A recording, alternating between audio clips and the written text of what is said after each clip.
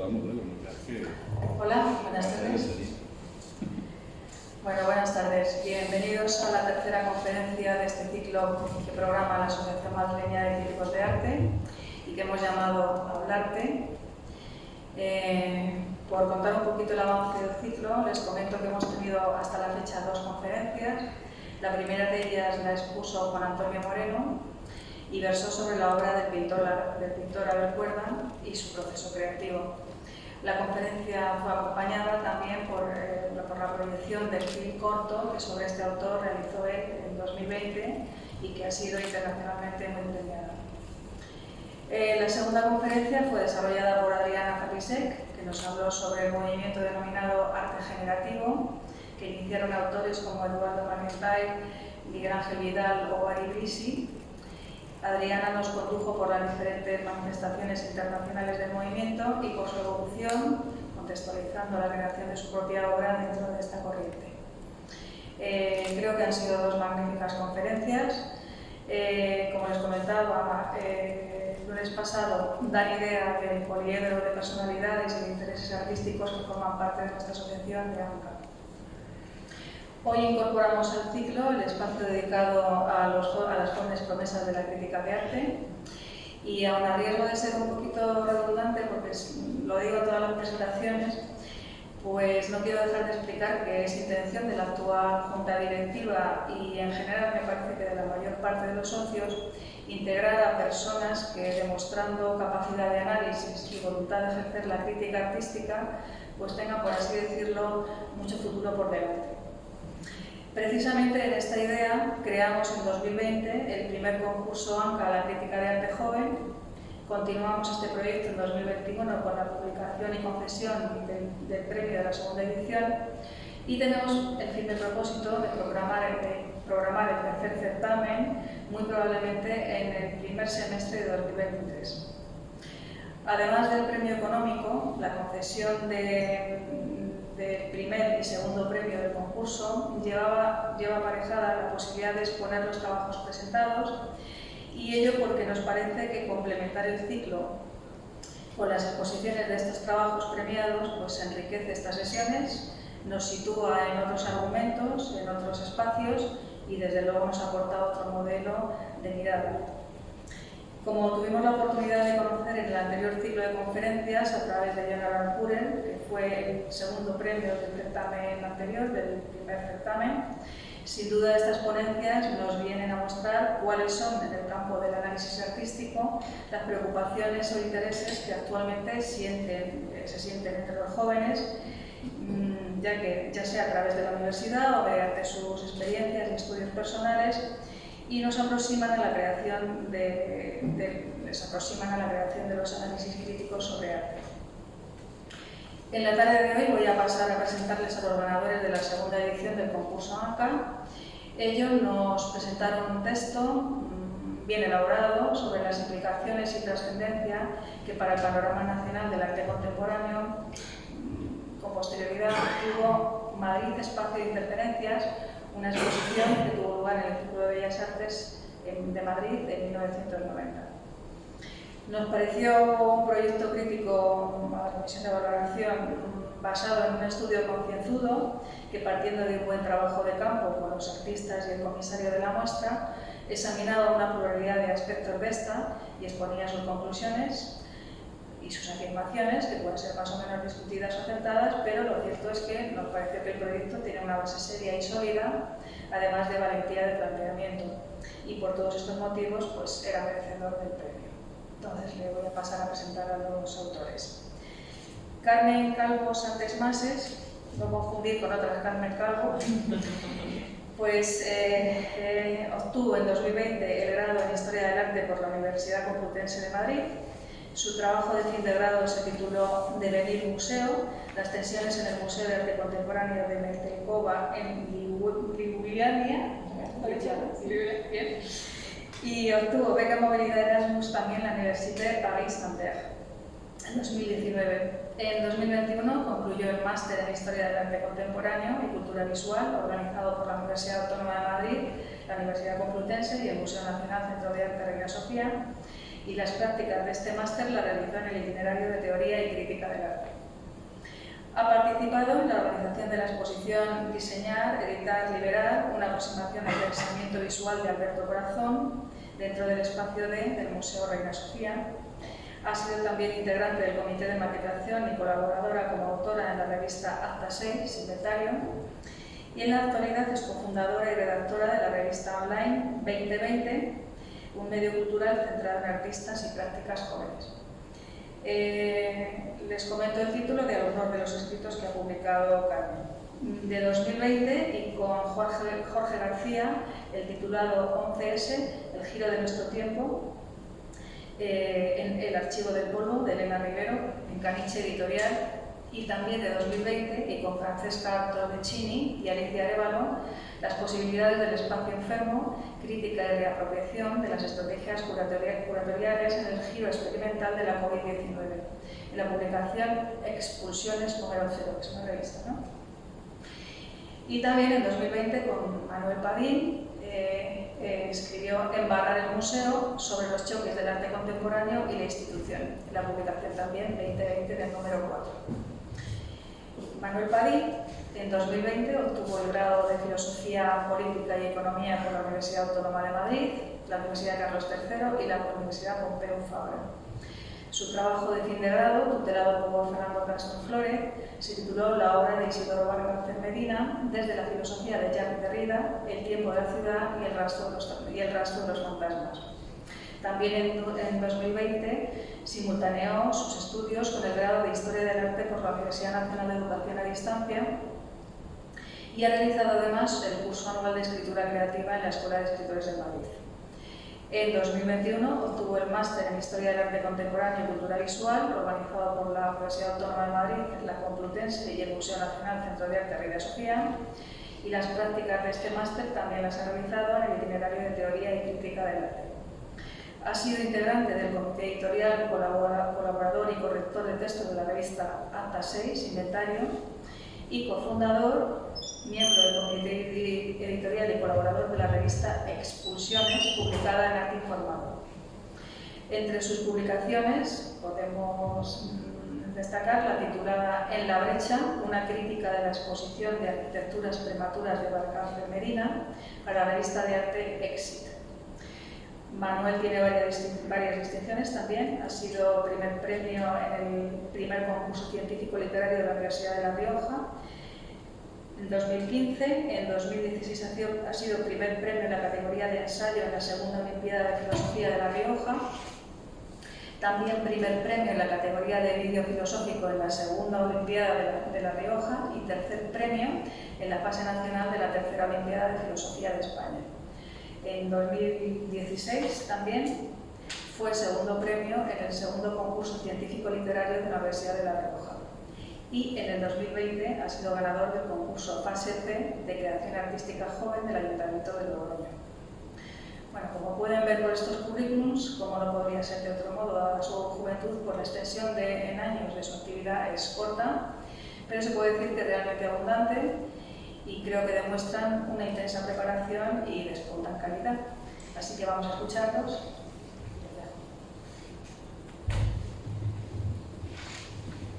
Pues ahí. ¿Ahora? ¿Se oye? Sí. Vale. Así mejor. Pues muchas gracias por la introducción y por el premio. Manuel, bueno, ahora vamos a pasar a introducir la charla de hoy. Manuel y yo, como ha mencionado Esther leyendo el currículum, nos conocimos en el máster de Historia del Arte Contemporáneo y Cultura Visual de la Universidad Complutense y la Autónoma.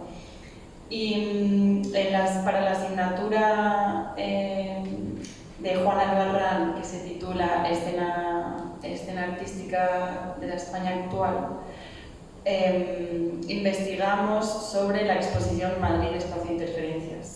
Como ya se ha mencionado, es una exposición que tuvo lugar en 1990 en el Círculo de Bellas Artes de Madrid y estuvo financiada por un ciclo de conferencias que estuvieron financiadas por el Ministerio de Cultura, la Comunidad de Madrid, el Ayuntamiento de Madrid e Iberia. Y ahora Manuel va a entrar a hablar un poco más en detalle sobre esta exposición. Sí, o sea, por situar un poco, Madrid Espacio de Interferencias es una exposición con artistas, con figuras tan relevantes para la historia del arte español reciente como Isidoro Valverde Medina, Concha Jerez, Eva Lotz, Darío Correia, Nacho Criado, Juan Hidalgo, Marcelo Espósito, Adolf Schlosser y Sara Rosenberg, entre otros, que si bien algunos nombres han tenido una mayor trayectoria, otros han quedado un poco más invisibilizados o bueno, han desplegado un recorrido artístico más escueto. Bueno, también comentar antes de nada que es una exposición que, como veremos, fue realmente muy relevante y tuvo mucha repercusión, sobre todo entre los artistas, comisarios y discursos, pero que en su momento, bueno, y que ha quedado en el discurso oficial, hegemónico, histórico, un poco opacada, bastante invisibilizada.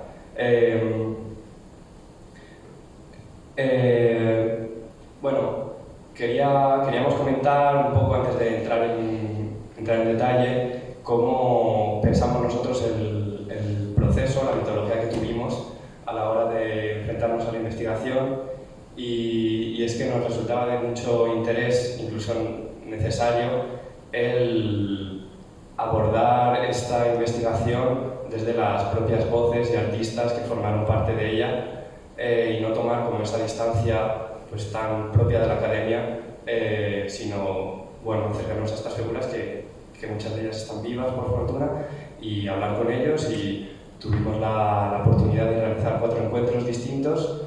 En primer lugar, uno con el comisario, con Javier Maderuelo en su estudio.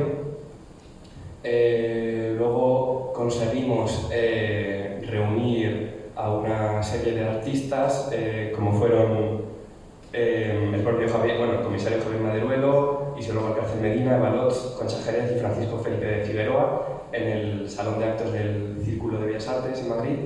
Y bueno, íbamos con una serie de inquietudes, planteamientos que queríamos conversar con ellos, y fue una suerte de mesa redonda en la que pudimos aprender y profundizar con estas voces. Y finalmente, bueno, por motivos de salud, Darío Correia y Gabriel Fernández Corchero, que no habían podido asistir a la mesa redonda, accedieron a tener un encuentro individual con nosotros, y estas fueron la tercera y cuarta encuentro. Y bueno, con este encuentro en el Círculo de Bellas Artes preparamos, nos ayudaron Víctor Iglesias, Claudio Ontarna y Pablo Cuadra a tomar registro audiovisual y montar un vídeo que luego vamos a poner, y que bueno, nos ha servido también para presentar un poco la investigación en el marco del máster de Reina Sofía y en otros espacios. Y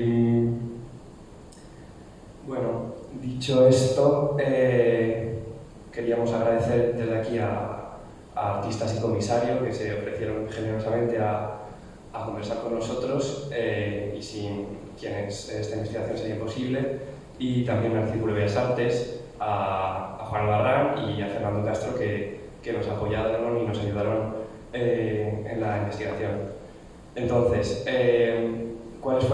para empezar, ¿cuáles fueron nuestros objetivos que teníamos marcados antes de, bueno, una vez sabido el tema que queríamos analizar? Pues intuíamos en un primer momento la relevancia que podía haber tenido estas prácticas, y visibilizar a esta serie de artistas, juntarlos, el modo de exposición que fue, y queríamos recuperar esta exposición del abandono en el que había permanecido tanto tiempo, y también pensar los precedentes, los antecedentes de las prácticas artísticas allí reunidas, el contexto, y también analizar de forma crítica la repercusión, la huella que dejó en distintos niveles. Entonces, en ese escuchar relatos y profundizar en la bibliografía, pudimos trazar pronto una serie de interrogantes que podemos resumir como cuál es el propósito y sentido de la exposición Madrid Espacio Interferencias, cuáles fueron las consecuencias para los creadores y los distintos agentes de la escena artística.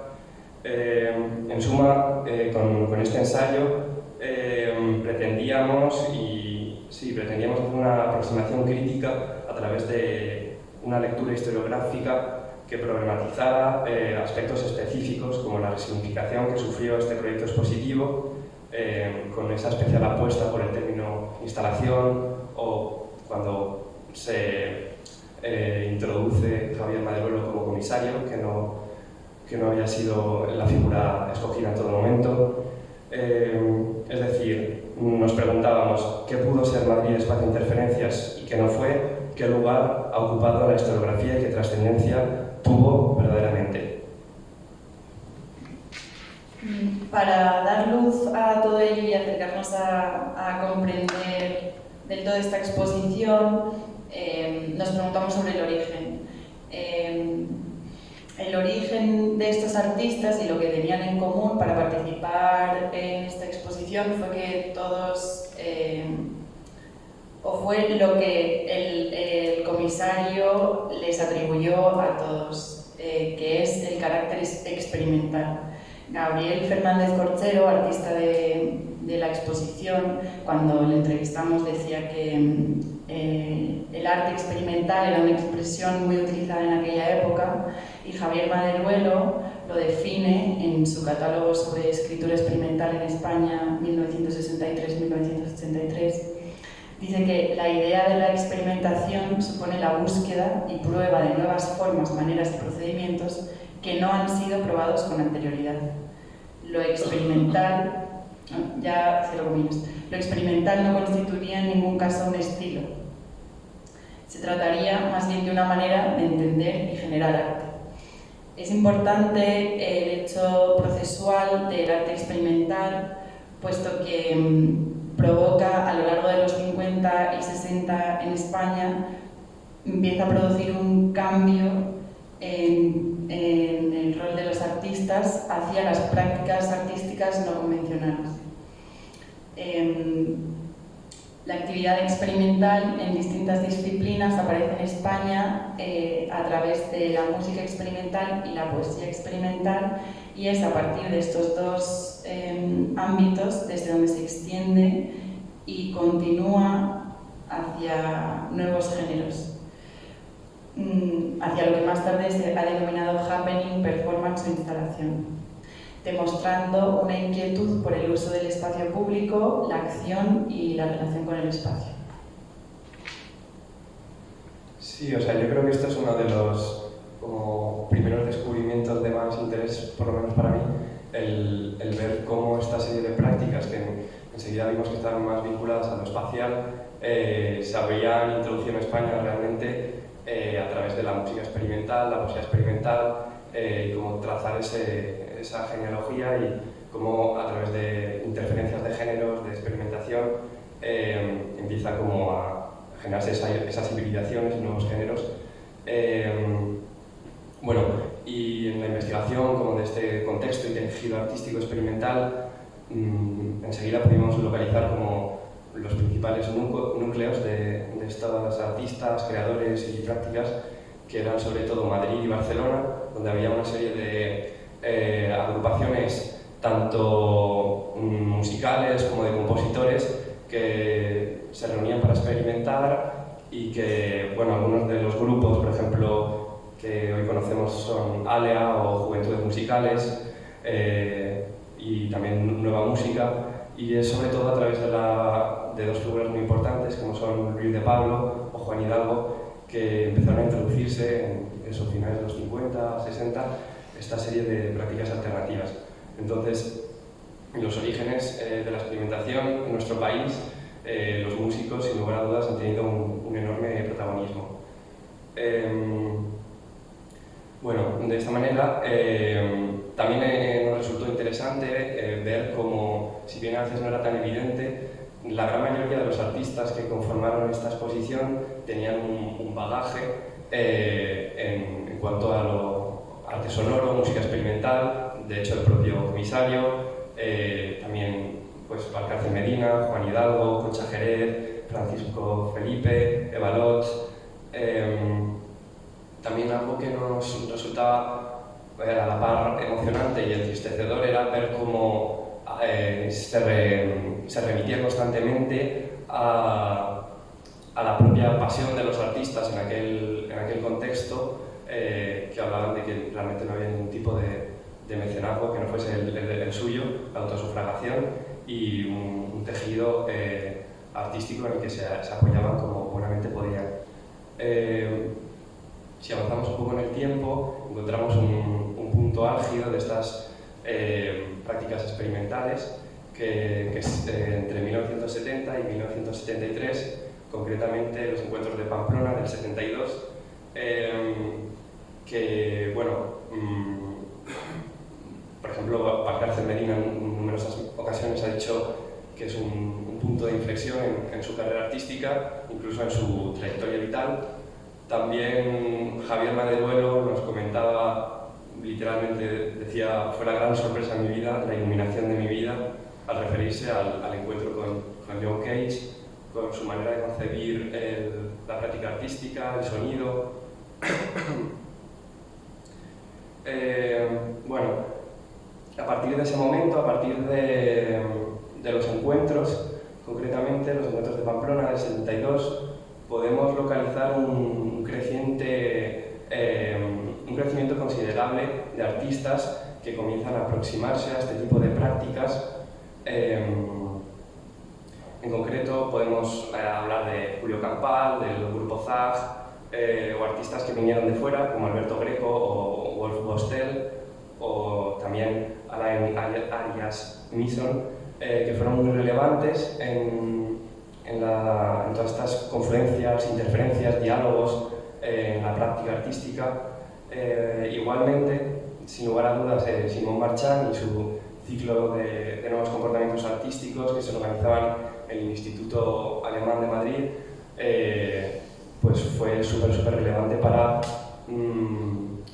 expandir los horizontes de la experimentación en España y acercar a figuras como Bostel, que aterrizaron a España por este contacto con Simón Marchand, y también teorizar, aproximarse de una manera quizás más aterrizada, más discursiva a todo esto que se estaba generando y que comenzaba a visibilizarse desde otro lugar.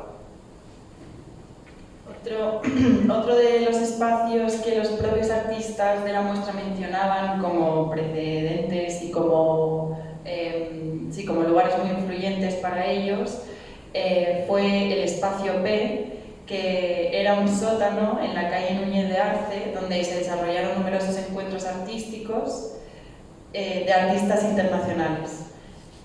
Estos encuentros estaban muy relacionados con la performance, con el arte sonoro, con la experimentación, y este espacio, a posteriori, se ha denominado en numerosos ensayos como un laboratorio y un experimento en sí mismo.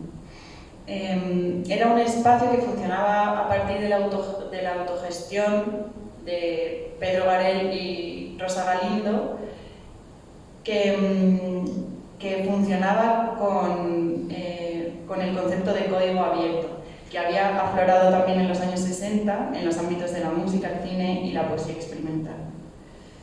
Dentro del Espacio P se reunían artistas a quienes les unía el cuestionamiento de los lenguajes tradicionales de la expresión. Es importante recalcar el hecho de que el Espacio P no funcionaba solamente como un lugar de exposición, sino como un lugar de reunión al que acudían los artistas para hablar entre ellos, porque esta es una de las cosas que nos mencionaban los artistas más jóvenes, que echaban de menos, era su queja fundamental, no tenían un espacio, decía Francisco Felipe literalmente, donde hacer generación, donde trabajar juntos para poder elaborar un lenguaje común. Y el Espacio P funcionó en este sentido. Y el Espacio P también es un lugar donde donde aparece esta tensión nacional, internacional, que lo que quiere decir es que artistas que tenían conexiones con, o sea, artistas españoles jóvenes que tenían relación con artistas internacionales de Ámsterdam, de Alemania, de artistas reconocidos internacionalmente, tenían estas conexiones directas con artistas de aquí. Sin embargo, en el contexto español no se les hacía caso, no se les organizaban exposiciones desde la institución emergente. También hay que decir que era una institución emergente en España. Sin embargo, esta queja sí que permanece en los artistas. Otro de estos espacios de reunión fueron los seminarios en el Centro de Cálculo de la Universidad Complutense, así como las galerías Vandrés, la Galería Redor y la Galería Buades. Estos eran unos de los espacios alrededor de los cuales se reunían estos artistas, fueron influyentes sus exposiciones, así como el Centro Cultural de la Villa de Madrid, que fue donde se celebró la exposición fuera de formato, los institutos alemán, italiano, británico, francés y la Fundación Juan Marc. Bueno, en la investigación, algo que enseguida nos resultó bastante problemático y que queríamos un poco revisar críticamente es la propuesta genealógica histórico-temporal que formula Javier Maderuelo en torno a este desarrollo del arte experimental. Javier Maderuelo nos decía literalmente que para inicios de la década de los 80 los grupos experimentales organizados habían desaparecido. Con esta tesis, que nos resultaba quizás un poco simplificadora, sobre todo escuchando a los artistas, Maderuelo reduce y propone un periodo histórico donde este entramado de prácticas, relaciones, sería bueno y floreciente desde principios de los 60 hasta principios de los 80, que se enfrentaría a otro periodo comercial y yermo en lo relacionado a lo que es este tipo de prácticas, que sería la década de los 80. Esto va muy en sintonía y en consonancia con el discurso elaborado por José Luis Brea, donde habría también este periodo del entusiasmo que se habrían desarrollado toda esta serie de actividades artísticas. Pero bueno, sí, queríamos problematizar todo esto con los testimonios de los artistas, en concreto Concha Jerez y Francisco Felipe Figueroa. Fueron dos figuras que lucharon por estos espacios de visibilidad y cuyas voces y testimonios contradicen en gran medida este relato, por lo menos tan unidireccional o unívoco, y ellos ponían en valor, por ejemplo, la exposición de 1984 que comentaba Carmen antes, fuera de formato, que no asumía la misma naturaleza que la exposición Madrid Espacio de Interferencias, 6 años posterior, sino que se planteó en su momento, desde la autoproducción de los artistas como una forma de hacer balance del arte experimental, de lo que se estaba gestando desde hacía tiempo y de sacarlo a la luz, sin ningún tipo de propuesta teórico-genealógica. Nace literalmente como una reacción ante la falta generalizada de atención, la inexistencia de estructuras y la ausencia de espacios y medios específicos de difusión. Como comentaba, surge de la mano de Concha Jerez y también de Teresa Camps y Nacho Criado, que querían dar a conocer toda esta serie de prácticas que se habían mantenido y que se mantenían a la sombra del entusiasmo, que era algo que les fastidiaba verdaderamente, como en ese contexto de auge de la pintura, mantener, como decía Maderuelo en el catálogo, mantenerse como los topos del arte. Entonces podemos decir que Madrid Espacio de Interferencias asume un gran reto. Instituir la instalación como práctica artística en Madrid para sistematizar su producción, ordenarla cronológicamente y colocarla en el panorama general de la historia del arte contemporáneo español. Pero claro, ¿esto cómo llega a suceder? Porque esta propuesta teórica, estos objetivos tan marcados, no eran así en sus inicios. Entonces, por hablar brevemente del origen del proyecto expositivo, que habla mucho también de cómo se genera un proyecto de esta magnitud. Esto es un descubrimiento que no habíamos visto escrito en ningún lado y que yo creo que no se había comentado en ningún sitio, y es que realmente la exposición tiene su origen en una serie de artistas jóvenes vinculados al videoarte y a la videoinstalación, como eran Marcelo Espósito, Francisco Felipe, Gabriel Fernández Corchero, pero también Juan Antonio Orgueta o Ramón Barce, que deciden dotarse de una plataforma y incluso generar esta exposición como un mecanismo emancipatorio, incluso revolucionario, con lo que en sus inicios este proyecto expositivo tenía mucho que ver con lo que había sido fuera de formato. Si bien entendían que fuera de formato había sido pues, un comienzo de algo inacabado o un punto de partida.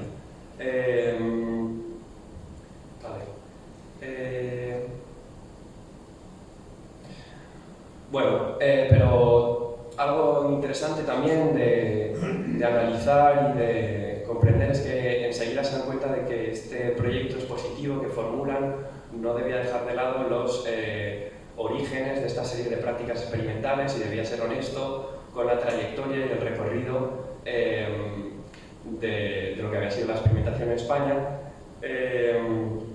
Entonces se comienza a resignificar y a formular como un proyecto reivindicativo de sus orígenes artísticos, con la voluntad también de ese apoyo histórico y de voces relevantes o más relevantes para salir de esa situación de ocultación que parecía aparentemente crónica en España. Y que sin embargo ellos localizaban de forma muy clara una serie de antecedentes directos a su práctica artística, como podría ser el grupo ZAG, como podría ser también el grupo de Trebal, Valcárcel Medina, Concha Jerez y toda esta serie de artistas que se vincularon posteriormente al proyecto, no en sus inicios. Entonces, ¿qué sucede? Sucede que Darío Corbeira, que era quizás una figura que hacía un poco de transición entre una generación más joven, como era toda esta serie de artistas que he nombrado anteriormente, y pues Valcárcel Medina, Concha Jerez, una serie de artistas que ya llevaban décadas produciendo obra y experimentando, hace un poco de mediador y de mediador incluso directo, porque él tenía relación con Javier Maderuelo y si bien se le había propuesto a él el proyecto, ser comisario, que es algo que creo que tampoco se menciona en casi ningún libro o en ningún sitio, no es algo que tuviésemos conocimiento, pero que nos lo contó, pues él decide ceder el proyecto expositivo, la exposición a Javier Maderuelo, y es Maderuelo cuando él entra en juego, realmente todo toma otro significado. Debemos situar la figura de Javier Maderuelo, que acaba de terminar en ese momento su tesis doctoral, Espacio Raptado, en 1990, de hecho, que analizaba las transferencias y confluencias entre la disciplina arquitectónica y la escultura. Y era una tesis doctoral que había llevado el propio Simón Machanzí. Entonces, podríamos decir que realmente, a grandes rasgos, lo que hace Javier Maderuelo es una transposición, materialización y casi como, de sus tesis en la tesis doctoral y de todo lo que había estado investigando, ensamblar toda esa serie de artistas en un discurso genealógico e histórico que tuviese peso. Entonces es en el momento en el que, de forma bastante estratégica, Maderuelo trata de presentar a estos artistas jóvenes y desconocidos de una forma que tenga cierta solidez teórica y genealógica, trazando un relato hasta la contemporaneidad, pero vinculando a una serie de figuras. Para ello volvió la vista a los encuentros de Pamplona y artistas como Isidro Valcárcel o Juan Hidalgo. Este relato que comienza a formular, a elaborar, se configura en base a lo que deja fuera, puesto que decide en gran medida por gusto personal y por aquello que le funcionaba un poco para el proyecto expositivo, como en realidad siempre sucede, que yo creo en todo proyecto expositivo, pues dejar fuera una serie de figuras que en realidad bueno, habían formado parte de la gestación del proyecto, como Jaime Llorente o Ignacio Barcia. Buscó entonces unos artistas capaces de tender un puente de los más veteranos del arte experimental y los más contemporáneos, siempre vinculados a una reflexión con el espacio y el arte, podemos decir, instalativo. Así, por localizar los grupos y subgrupos de creadores escogidos, podemos ver, por una parte, artistas como Isidro Valcárcel Medina y Juan Hidalgo, que se muestran como los pioneros del arte experimental en España. Como veteranos y militantes de la instalación se puede localizar o ubicar a Concha Jerez y a Nacho Criado, mientras que Balots y Adolf Schlosser cubrían el cupo de extranjeros trabajando en España. Por otra parte, Darío Corbeira, como he mencionado, hacía como de figura puente entre las dos generaciones, y los más jóvenes eran Francisco Felipe, Sara Rosenberg, Marcelo Espósito y Gabriel Fernández Cochero. Como nos decía Gabriel, el propio Fernández Cochero, el proyecto se convierte en una exposición de corte teórico sobre el mundo del arte experimental, cuando Maderuelo, en el que Maderuelo pudo encarnar todas estas tesis y aproximaciones que ha ido elaborando y que en este contexto expositivo pone en fricción y en movimiento. Sí, como ha dicho Manuel, en esta exposición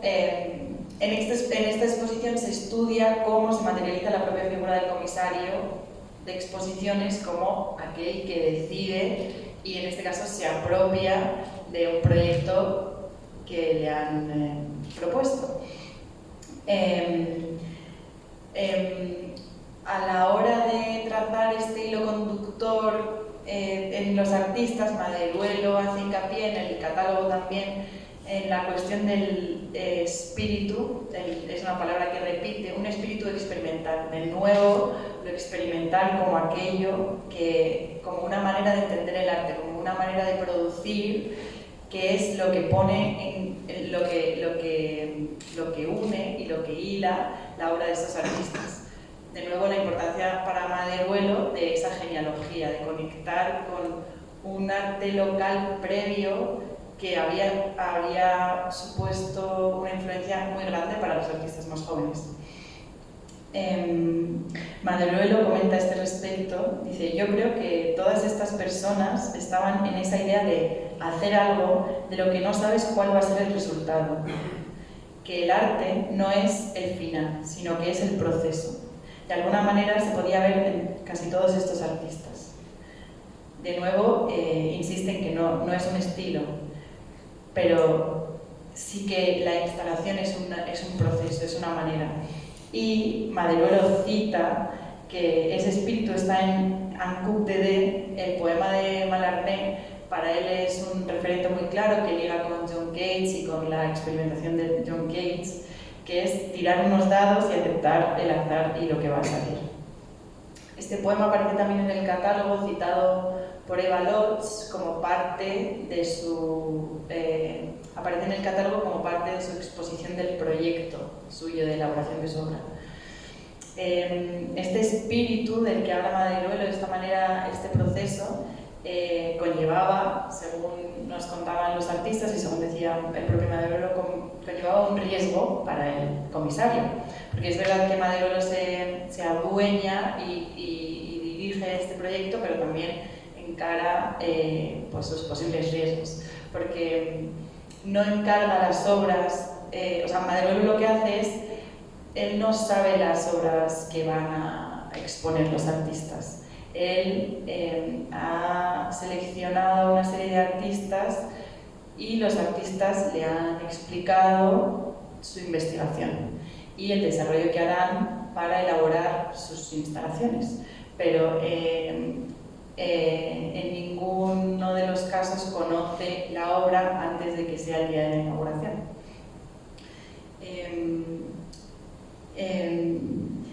Y esto liga con que la exposición tenía en una sala aparte de cada instalación ocupaba su espacio, en una sala aparte había una pequeña sala de proyectos donde cada artista justificaba conceptualmente, pero también demostraba cuál había sido el propio proceso de elaboración de las instalaciones. Sin embargo, aquí hay un asunto importante, como ha dicho Manuel, para Maderuelo era muy importante el término instalación, por dos motivos. En primer lugar, porque él estaba decidido a romper con el sistema de las bellas artes y de los géneros clásicos de las artes. Y su manera de romper contra eso era proponiendo una nueva clasificación que era eliminar entre la arquitectura y la escultura, que era esta de las instalaciones. Él tenía mucho empeño, como ha dicho Manuel, porque había sido su tesis doctoral, había estado investigando a fondo sobre esta cuestión de las instalaciones. Sin embargo, al ir a preguntar a los artistas, nos decían que eso a ellos no les interesaba. Que Concha Jerez, por ejemplo, explicaba: no se mencionaba ni si uno hacía instalaciones ni si uno hacía ambientes. ¿Qué más daba? Simplemente era una actitud ante un hecho determinado. O, por ejemplo, Valcárcel Medina, quien decía: yo no tenía más propósito que hacer lo que no hacían los otros. O Gabriel Fernández Corchero, que decía: el término instalación me da exactamente lo mismo. Entonces, es interesante ver cómo hay esa pretensión de formular algo con lo que los artistas en ese momento no se identifican. Darío Corbeira dice, por ejemplo, que el término instalación se quedaba corto, pero en cualquier caso todos están de acuerdo en que desde una visión actual esta terminología no tiene sentido. Pero, por ejemplo, Gabriel Fernández Corchero dice: en aquella época entiendo que tendría mucho sentido y que serviría para interrelacionar todo esto, pero ahora no lo veo como tal. Sin embargo, es la manera, insistimos, de Maderuelo de intentar hilar esa producción.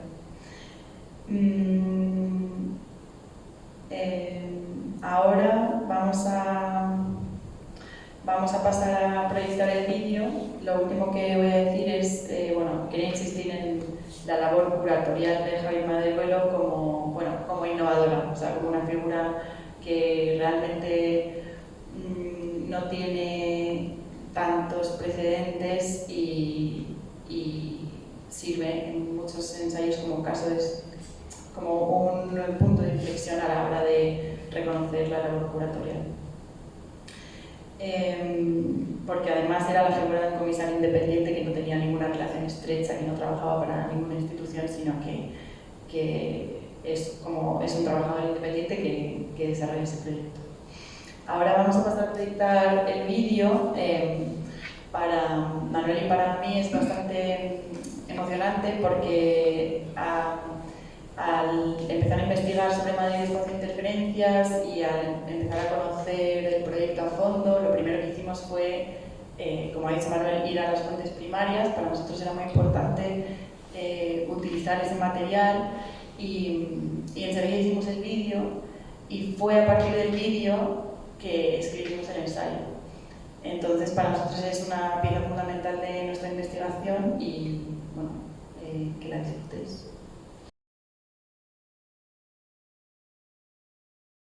Y llegó un momento con una serie de artistas con los que muchos estábamos en el ámbito también un poco relacionados con la música experimental, etc. El caso de Marcelo Espósito,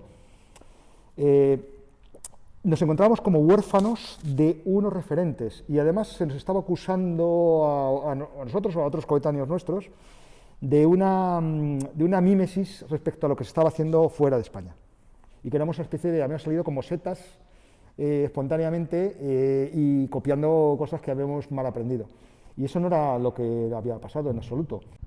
Y bueno, y cuando me invitaron para esta exposición, digo, bueno, pues aquí somos los raros, ¿no? Aquí se nos reúnen los raros, los que consideramos que no hacemos arte para producir objetos, para producir, sino nos interesa el arte como un territorio de conocimiento, ¿no? Y en ese sentido yo recuerdo que primero, seguramente por una cuestión precisamente de eso, de incultura, yo no tenía más propósito que hacer lo que no hacían los otros. Yo no sé si para mejorar o para empeorar, pero yo decía, oye, ¿por qué los cuadros siempre tienen mayormente una proporción de 4:3 en la horizontalidad? Entonces, mientras era pintor, que duró como 2 años o 3, decía, no, hay que hacerlo otra proporción, sin un soporte conceptual en absoluto. Y luego cosas más elementales, decisiones más elementales, como decir, bueno, si realmente los pintores pintan siguiendo un canon X, yo tengo que seguir un canon que sea Y. Digamos que estuvimos dándole vueltas a la necesidad de organizar algo reivindicativo de nuestros orígenes como artistas. Obviamente, yo era uno de aquellos, pero obviamente para mí el referente de Fuera de Formato estaba muy presente, porque para mí fue abrirme el campo. Y estuvimos pensando en esto, es decir, nosotros no hemos salido porque sí, aquí hay una serie de personas, de artistas, Isidoro Valcarce Medina, que lo conocí en Fuera de Formato, su obra, para mí fue una sorpresa por completo, ignoraba que alguien estaba haciendo un trabajo así. Y bueno, y otros, ¿no? Entonces Zag, por supuesto, el primer referente, el caso de Nacho, y quisimos organizar algo además desde la autoproducción de los propios artistas. Y fue cuando nos pusimos en contacto con Javier, en aquel momento.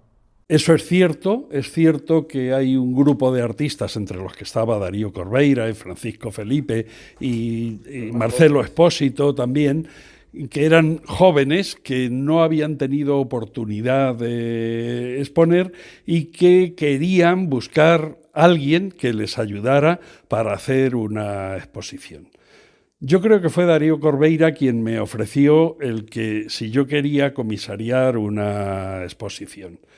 Y para ser sincero, el grupo de artistas que se habían reunido ellos, yo no les había elegido, pues a mí todos no me interesaban, ¿no? No solo no porque fueran mejores o peores, sino que es que había gente que pintaba, que dibujaba, que hacía esto, lo otro y tal, y yo, bueno, pues hacer una exposición por hacerla, cuando yo nunca antes había comisariado una exposición, pues tampoco me pareció así. Yo había realizado mi tesis doctoral que se titulaba El espacio raptado, sobre interferencias entre arquitectura y escultura desde los años 60.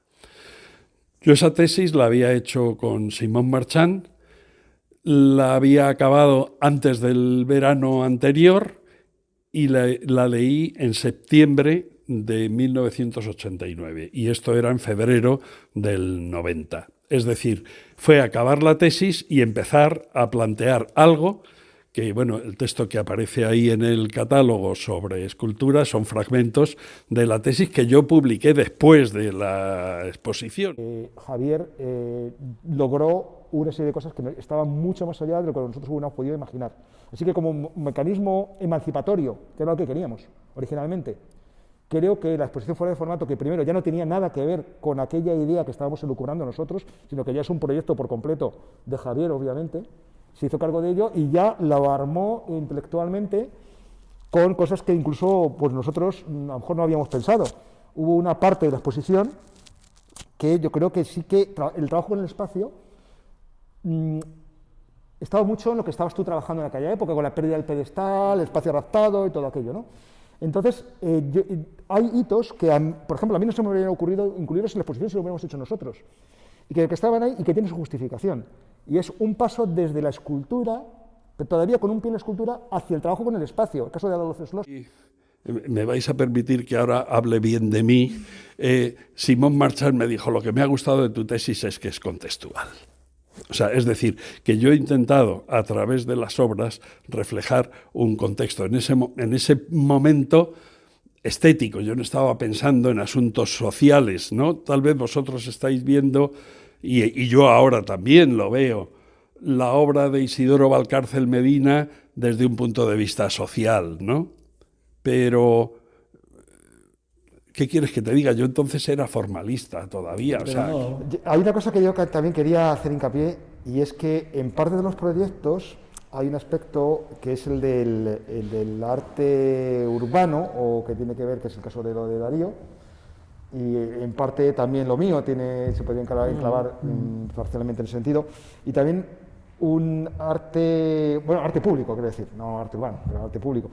Pero también lo tuyo también es un arte público, en cierta medida estás metiendo dentro del espacio expositivo el comedor de personas sin recursos, pero además estás haciendo trabajo con el espacio social, en otra medida. Entonces yo creo que también eso fue una parte, eso de salirse del propio ámbito expositivo de la sala cerrada, también tenía su importancia. Bueno, tú, Concha, trabajando con varios lugares. Entonces, bueno, yo hago una apuesta ahí por la palabra instalación.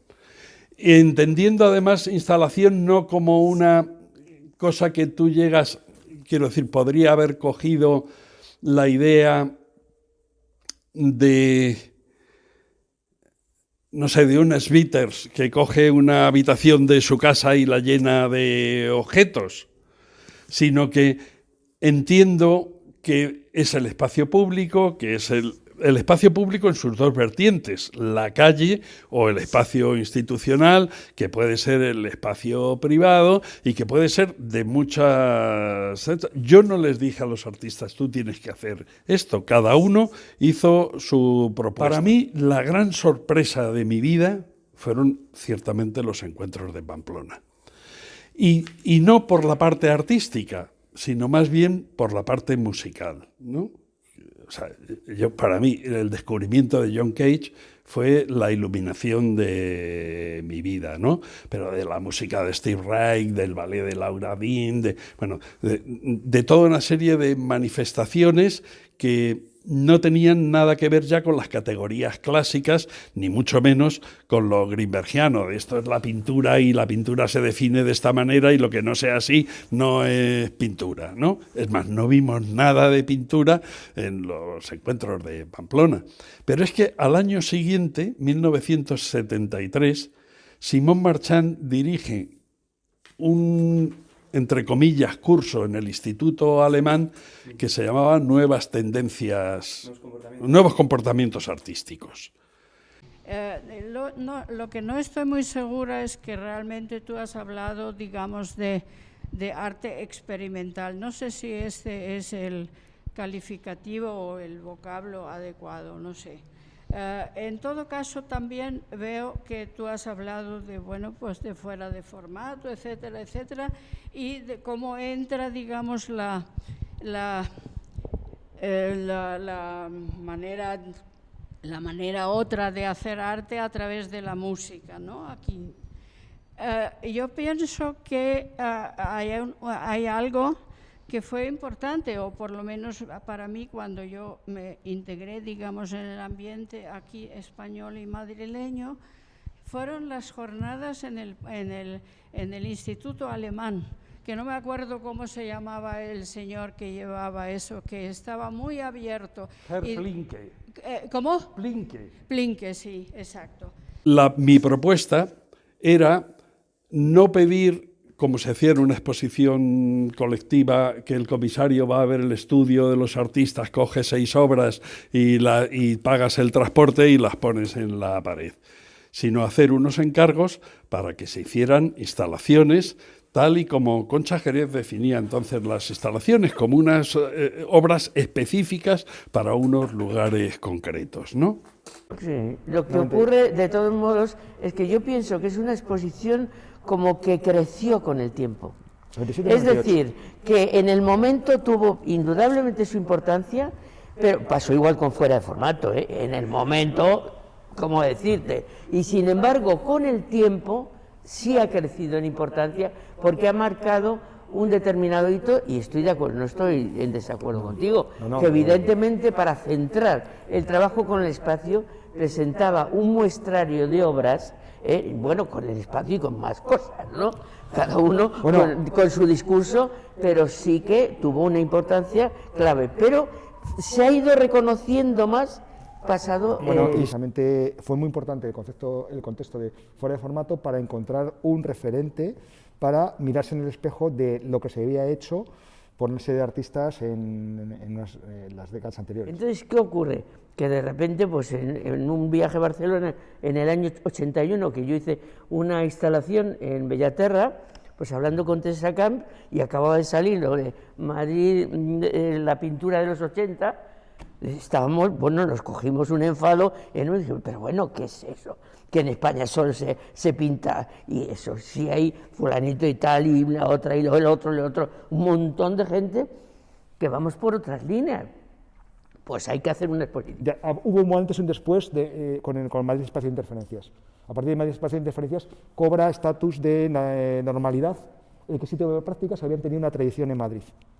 Entonces ya no cabía hablar, todo el mundo sabía de Zag, obviamente, pero aun con todo era como si una cosa ahí y tal, ¿no? Pero a partir de la exposición ya no cabía ignorar que había una serie de prácticas que se habían realizado y que había un continuo de trabajo generacional con diferentes actitudes, pero que estaba ahí. Yo creo que no voy a decir que ha habido una repercusión de esta exposición en otras cosas, porque sería como ponerme una medalla, pero yo creo que a partir de ese momento, a la vez, estaban empezando ya a verse instalaciones y de hecho se genera un espacio específico para ellas, que es el Palacio de Cristo. Yo creo que fue muy interesante, precisamente uno de los logros de la exposición fue esa sala de proyectos, que estaba a la entrada a la izquierda, y que estaba separada de la exposición en sí misma.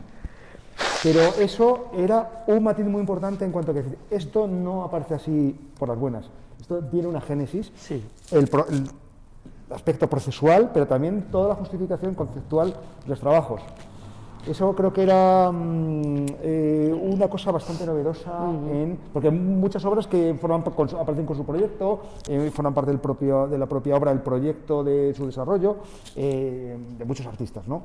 Pero que una exposición aparezca eso tal cual y es singular. El tema de la documentación me parece muy importante.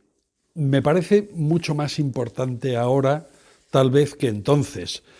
Piensa que han pasado 32 años, ¿no?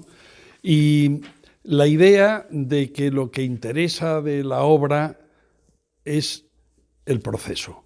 Sin embargo, obviamente yo tenía que mostrar una exposición donde las obras deberían de estar acabadas, bien acabadas, ser contundentes, convencer a la gente a través de los sentidos, es decir, de la vista, del sonido, del olor en el caso de Isidoro, y por lo tanto el proceso se manifestaba tanto en la exposición como en el catálogo, a través de los documentos que quisieron aportar los artistas, en la idea de que la obra de arte es la punta de un iceberg.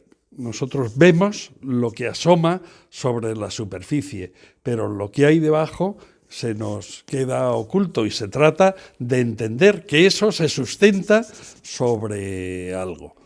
Era el final de los 80, era un momento carismático y era una cosa que era diferente a lo que se suponía que era el mainstream de los 80 y la movida, era otra cosa. Entonces, pero yo sí que tengo un poco de opinión diferente a lo que estamos comentando ahora, porque yo sí que creo que tuvo bastante repercusión, fue bastante importante, eso lo pienso yo. Sobre todo contribuyó mucho en la línea de lo que tú has comentado, con otras cosas que estaban empezando a pasar, hubo un cambio de ciclo casi ahí. Y el trabajo con el espacio, con las instalaciones, con el arte público, empezó a tomar una carta de naturalidad. Y para eso fue muy importante. Y en esos dos aspectos que para mí eran, y para los cuatro que habíamos elucubrado sobre esto, como artistas jóvenes, cumplieron esos dos objetivos. Uno, el de reconocer una trayectoria que estaba reconocida, porque fuera de formato, etcétera, otras cosas habían ocurrido ya, pero que nos hacía falta ponerlo en el candelero. por una parte, y por otra parte que este tipo de trabajo con el espacio, digamos, esas dos líneas de reivindicación estaban ahí, se consiguieron para mí. Y yo, sobre todo, que en aquel momento estaba ya fuera de España y que no volví hasta finales de los 90, yo encontré un ámbito completamente diferente cuando volví.